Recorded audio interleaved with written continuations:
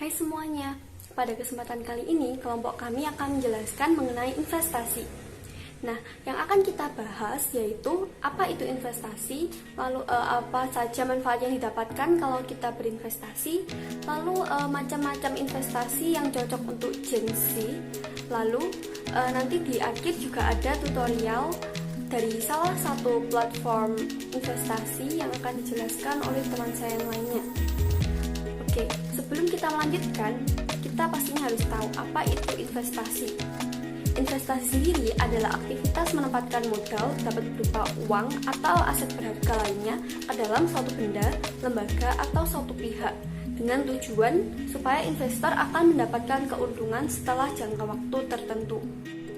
Setelah mengetahui apa itu investasi, kalian pasti penasaran dengan berbagai manfaat yang bisa didapatkan dari berinvestasi. Nah, yang pertama yaitu menghindarkan kita dari inflasi. Pada saat inflasi, nilai mata uang itu selalu mengalami penurunan. Untuk bisa menghindari keadaan tersebut, tingkat suku bunga tabungan harus lebih tinggi daripada persentase inflasi. Saat ini, tingkat suku bunga tabungan itu tergolong rendah dan tidak bisa mencukupi naiknya persentase inflasi.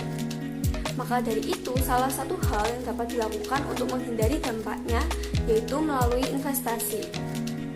Dengan mengelola investasi dengan baik, pertumbuhan keuangan kita dapat meningkat dan mengalahkan laju inflasi yang tinggi. Untuk poin manfaat selanjutnya yaitu meningkatkan nilai uang. Ketika kita menabung di bank, bunga yang diperoleh hanya cukup untuk membayar biaya administrasi. Uang yang kita diamkan dalam tabungan itu pun juga akan menjadi uang pasif. Namun, melalui investasi kita dapat mengelola uang kita dan tentunya bisa meningkatkan nilai uang yang kita punya. Misalkan, kita berinvestasi emas, harga emas itu pasti akan naik secara jangka panjang. Maka, uang yang dimiliki akan menjadi lebih bermanfaat dan juga menguntungkan dalam jangka panjang. Manfaat yang berikutnya yaitu menambah sumber penghasilan. Dengan menyisihkan pemasukan bulanan kita seperti gaji bagi orang dewasa yang sudah bekerja atau uang saku bagi mahasiswa atau anak sekolah, kita dapat berinvestasi dan menambah pemasukan bulanan dari berbagai sumber. Jumlah yang didapatkan dari berinvestasi sendiri tergantung pada bagaimana kita mengelola, memahami, dan juga memprediksi peluang yang ada. Manfaat selanjutnya yaitu mendapatkan efek compounding. Efek compounding atau bunga bergulung adalah bunga yang diperoleh dari hasil investasi sebelumnya yang diinvestasikan lagi dan menghasilkan bunga kembali. Lebih jelasnya, ketika kita mendapatkan pengembalian modal beserta keuntungan dan bunganya, lalu kita menginvestasikannya lagi, maka bunga yang sebelumnya itu tadi akan diperoleh kembali untuk menghasilkan bunga. Dalam kondisi tersebut, kita mendapatkan efek compounding. Jika kita berinvestasi jangka panjang, maka pendapatan yang dihasilkan akan semakin besar daripada pendapatan sebelumnya. Manfaat yang berikutnya yaitu mempersiapkan kebutuhan masa depan. Berinvestasi dapat membantu kita untuk mempersiapkan modal kebutuhan di masa depan. Banyak sekali kebutuhan yang perlu kita siapkan untuk masa depan. Misalnya saja biaya pernikahan, biaya pendidikan anak, kesehatan, dan masih banyak lagi. Dengan berinvestasi, kita dapat mempersiapkan kebutuhan-kebutuhan tersebut tanpa mengganggu kebutuhan kita yang sekarang. Untuk manfaat yang selanjutnya yaitu lebih siap untuk pensiun. Masih berkaitan dengan poin yang sebelumnya, tentunya kita tidak mungkin bekerja seumur hidup. Melalui investasi, kita juga dapat mempersiapkan dana untuk pensiun di masa mendatang. Investasi juga dapat dilakukan untuk mencapai financial freedom. Nah, apa sih financial freedom itu sendiri? Financial freedom adalah kondisi di mana kita sudah merdeka secara finansial, yaitu ketika penghasilan kita sudah cukup untuk memenuhi kebutuhan sehari-hari dan berbagai kebutuhan lainnya. Pada saat ada di kondisi tersebut, kita sudah bisa dibilang financial freedom. Lalu manfaat dari investasi yang selanjutnya yaitu membuka wawasan kita.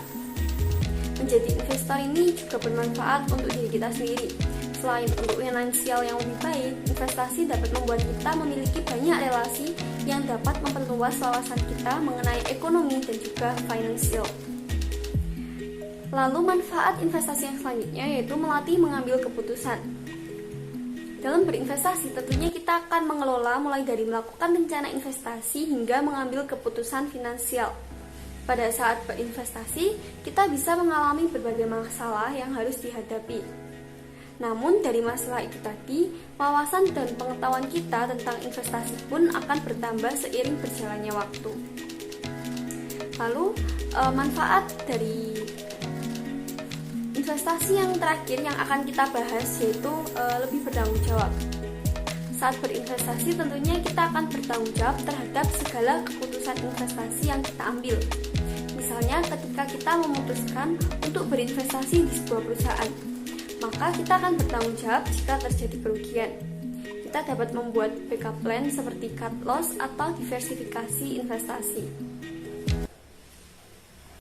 Oke, karena sebelumnya sudah dijelaskan apa itu investasi dan juga manfaat-manfaat yang diberikan ketika kita melakukan sebuah investasi, selanjutnya aku akan merekomendasikan beberapa investasi yang bisa kita lakukan untuk kedepannya.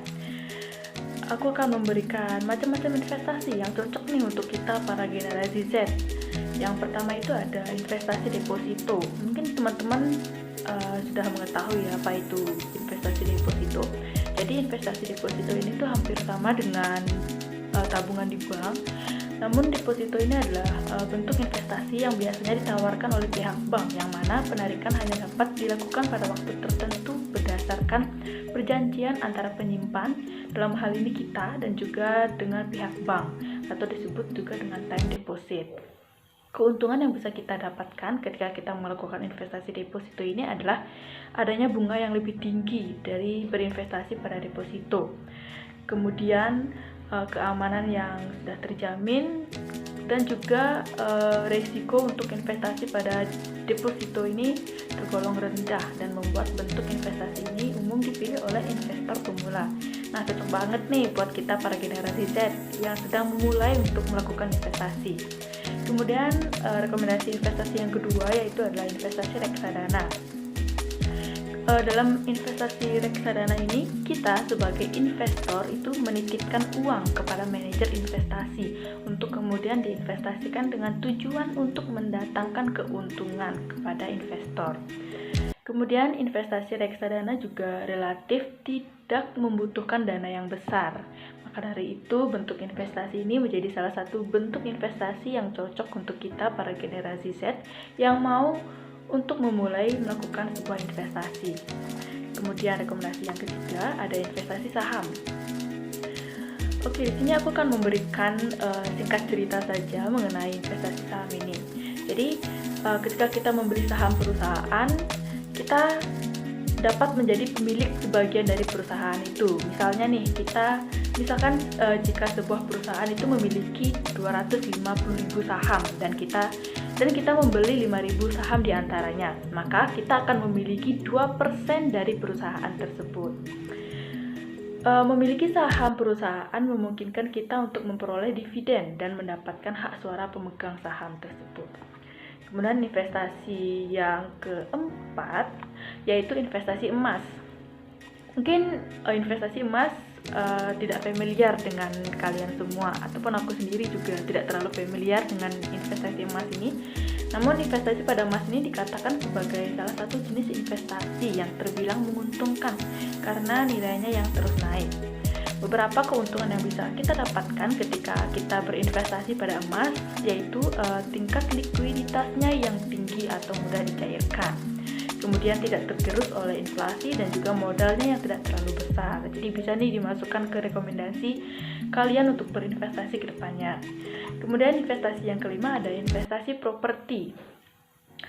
Investasi properti bisa dibilang sangat membutuhkan modal yang besar daripada investasi-investasi yang telah aku sebutkan sebelumnya. Jadi namun dengan modal yang besar itu kita juga berpotensi untuk mendapatkan keuntungan yang besar juga dalam waktu yang jangka panjang. Nah, ada beberapa model investasi properti yang bisa kita gunakan. Ada dua cara nih. Cara yang pertama itu adalah dengan membeli tanah, kemudian membangun properti di atasnya dan menjualnya saat harga nilai yang sudah cukup tinggi. Kemudian cara yang kedua yaitu kita dapat menyewakan properti itu sendiri untuk mendapatkan aliran pemasukan atau bisa disebut dengan passive income. Kemudian rekomendasi terakhir dari aku yang bisa kalian jadikan rekomendasi yaitu investasi peer-to-peer lending. Peer-to-peer lending merupakan sarana investasi yang dapat mempertemukan pihak yang membutuhkan modal, baik individu, kelompok, ataupun badan usaha dengan para investor. Keuntungan yang bisa kita dapatkan melalui investasi peer-to-peer lending ini sebagai investor ya, kita sendiri sebagai investor adalah bunga dari pinjaman yang sudah disepakati bersama pada awal perjanjian. Mungkin itu beberapa rekomendasi investasi yang cocok untuk kalian para generasi Z untuk memulai sebuah investasi. Silakan dicoba. Baik, sebelumnya perkenalkan, nama saya Helena Putri Primasanti Priambodo. Saya akan menjelaskan bagian selanjutnya, yaitu salah satu platform investasi digital. Berinvestasi menggunakan platform digital kini menjadi pilihan, mulai dari kemudahan akses, biaya yang terjangkau, dan juga fitur-fitur yang ditawarkan. Bahkan saat ini banyak sekali platform investasi digital yang dapat digunakan. Salah satu yang paling populer adalah aplikasi Bybit. Saat ini, Bybit adalah aplikasi reksadana dengan download dan rating tertinggi di Indonesia. Ada beberapa keunggulan berinvestasi menggunakan Bybit, di antaranya adalah sebagai berikut. Yang pertama, Bybit dirancang khusus untuk investor pemula. Aplikasi Bybit ini juga memiliki teknologi komputer bernama Roku, di mana teknologi ini dapat membantu pengguna dalam mencari produk investasi yang pas untuk dipilih sesuai dengan penghasilan, usia, resiko, dan juga target investasi yang cocok untuk pengguna. Yang kedua, aplikasi Bybit menggunakan metode pembayaran yang kekinian. Melalui aplikasi ini kita dapat membeli reksadana dengan instant payment seperti melalui Jago, GoPay, virtual account, ataupun Link Aja dan ShopeePay. Sangat praktis dan gratis biaya transfer. Selain itu, kita dapat berinvestasi di Bybit tanpa komitmen. Jika kita membutuhkan dana darurat, kita dapat mencairkannya kapanpun dengan cepat.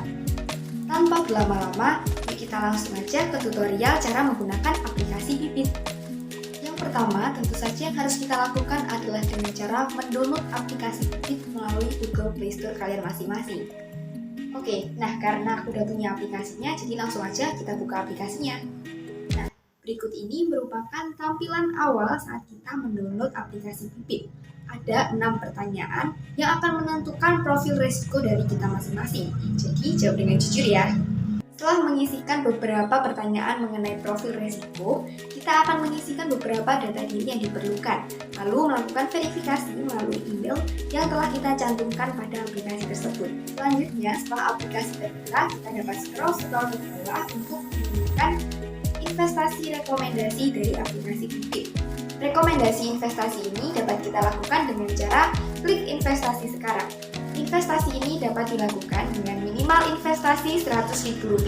Setelah memasukkan nominal investasi yang kita inginkan, kita dapat melakukan metode pembayaran sesuai dengan keinginan kita masing-masing. Nah, kurang lebih seperti itu ya tutorial dalam menggunakan aplikasi Bybit. Untuk lebih jelasnya, yuk bisa kalian coba sendiri ya.